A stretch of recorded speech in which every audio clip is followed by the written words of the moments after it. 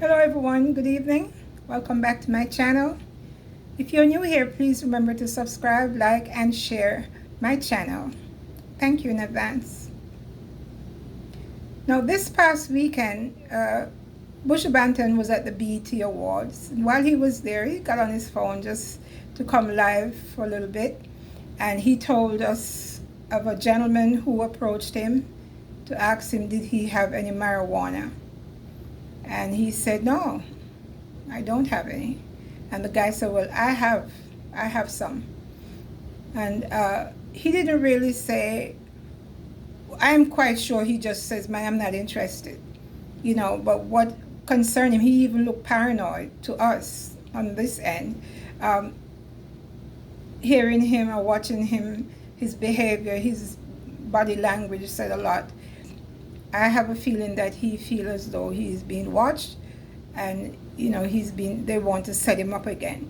If you remember, he already did time here in the US.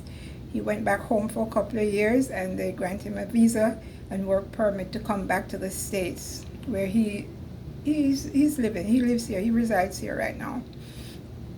Same as Vybz Kartel. He was in the system in Jamaica. They granted him a visa and work permit, maybe a 10-year or so. And I'm just wondering, are they watching him too? Are they being watched?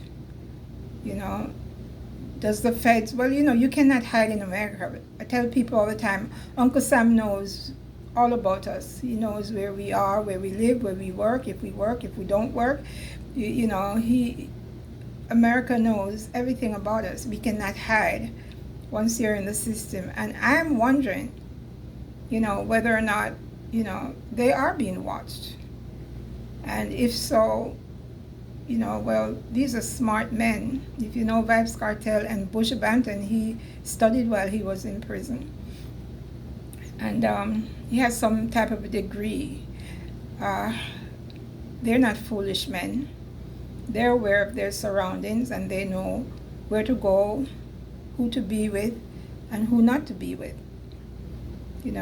But I was just concerned. I'm just concerned, and I don't know if anyone else, what's your opinion on this? But could it be that they're being watched? They could be watched and don't know it.